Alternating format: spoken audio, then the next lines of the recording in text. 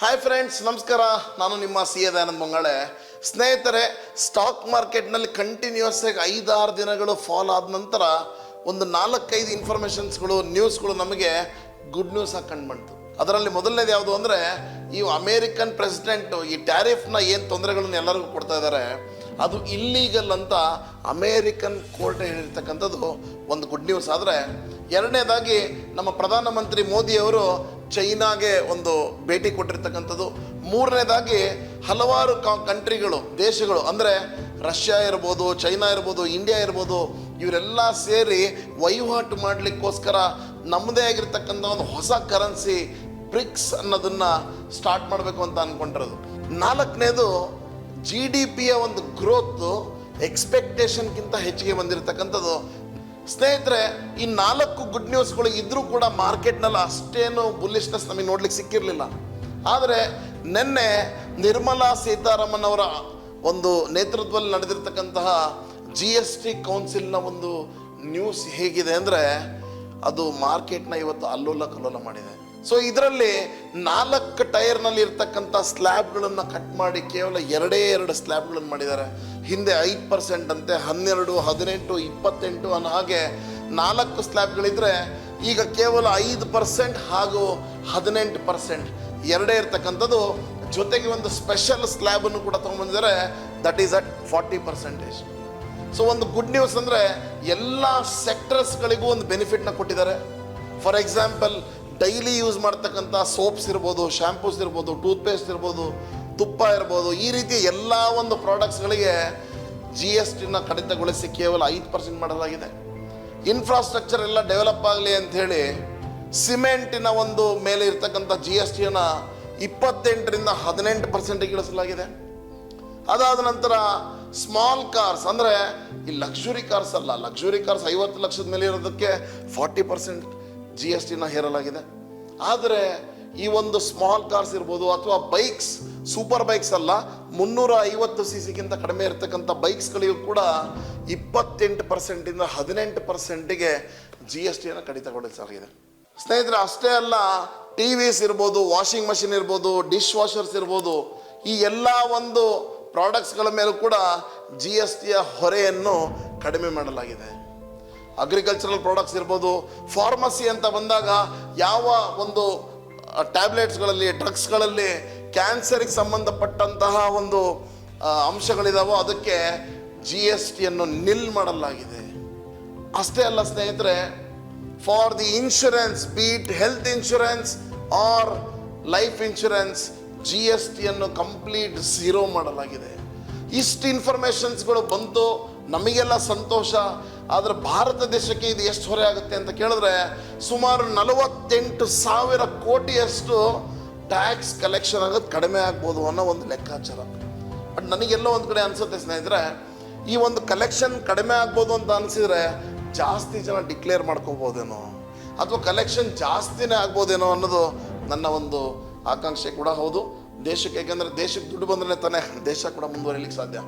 ಸ್ನೇಹಿತರೆ, ಇವೆಲ್ಲದರ ಮಧ್ಯ ನಾವೊಂದು ಗಮನ ವಹಿಸಬೇಕಾಗಿರ್ತಕ್ಕಂಥ ವಿಚಾರ ಯಾವುದು ಅಂದರೆ, ಅದು ಇಂಡಿಯಾ ವಿಕ್ಸ್ ಮೇಲೆ.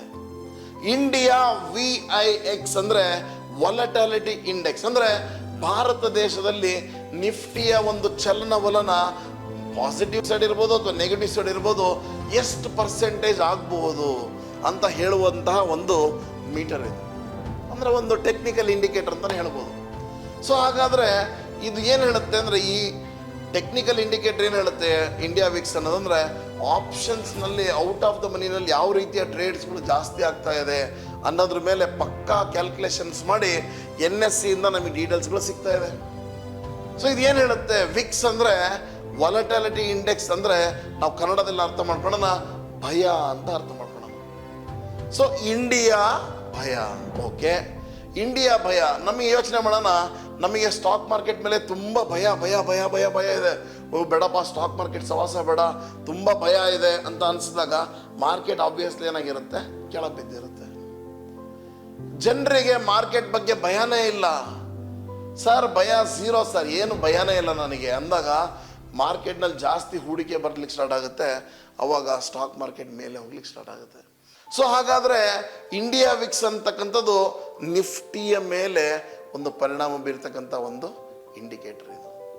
ಸೊ ಒಂದು ಕ್ಲಿಯರ್ ಕನ್ಕ್ಲೂಷನ್ನು, ಇಂಡಿಯಾ ವಿಕ್ಸ್ ಕಡಿಮೆ ಆಯಿತು ಅಂದರೆ ನಿಫ್ಟಿ ಫುಲ್ ಮೇಲೆ ಹೋಗಿರುತ್ತೆ, ಅಥವಾ ಇಂಡಿಯಾ ವಿಕ್ಸ್ ಜಾಸ್ತಿ ಆಯಿತು ಅಂದರೆ ನಿಫ್ಟಿ ಪೂರ್ತಿ ಕೆಳಗೆ ಹೋಗಿರುತ್ತೆ. ಸರಿ, ಸೊ ಹಾಗಾದರೆ ಈಗಿನ ವಿಚಾರದಲ್ಲಿ ಇಂಡಿಯಾ ವಿಕ್ಸ್ ಎಷ್ಟಿದೆ ಸರ್ ಅಂತ ನಿಮ್ಮ ಮನಸ್ಸಲ್ಲಿ ಕೇಳ್ತಾ ಇರ್ಬೋದು ನೀವು. ಈಗ ಸುಮಾರು 11ಕ್ಕಿಂತ ಕಡಿಮೆ ಇದೆ ಸರ್. ಲೋಯೆಸ್ಟ್ ಎಷ್ಟಿತ್ತು?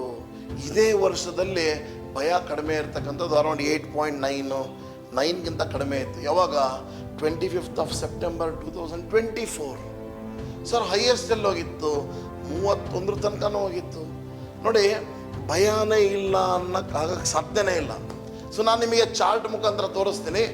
ಈಗ ಸದ್ಯದ ಪರಿಸ್ಥಿತಿನಲ್ಲಿ ಆಲ್ಮೋಸ್ಟ್ ಇನ್ನೇನು ಸ್ವಲ್ಪ ಕಡಿಮೆ ಆಗಿಬಿಟ್ರೆ 52 ವೀಕ್ಸಿನ ಲೋಯೆಸ್ಟ್ ಇಂಡಿಯಾ ವಿಕ್ಸ್ ಬಂದಿದೆ. ಅದರ ಅರ್ಥ ಏನು ಸರ್? ಹಾಗಿದ್ರೆ ಇನ್ನೂ ಇಂಡಿಯಾ ವಿಕ್ಸ್ ಕಡಿಮೆ ಹೋಗಬಾರ್ದು ಅಂತ ರೂಲ್ಸ್ ಏನಿಲ್ಲ.